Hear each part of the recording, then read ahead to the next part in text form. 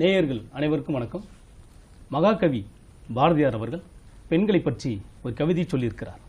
பெண்கள் வாழ்க, பெண்மை வாழ்கென்று கூத்திருவோமடா, பெண்மை வெல்கென்று கூத்திருவோமடா, தன்மை இன்பம் நற்புண்ணியம் சேர்ந்தன, தாயின் பேரும் சதி என்ற நாமமும், அன்பு வாழ்கின்ற அமைதியில் ஆடுவோம், ஆசை காதலை கைகொட்டி வாழ்த்துவோம், துன்பம் தீர்வது பெண்மையினாலடா, சூர பிள்ளைகள் தாயென்று போற்றுவோம், வலிமை சேர்ப்பது தாய்மொழி பாலடா, மானஞ்சேர்க்கும் மனைவியின் வார்த்தை பெண்கள் அரம்படா, கைகள் கோத்து கழித்து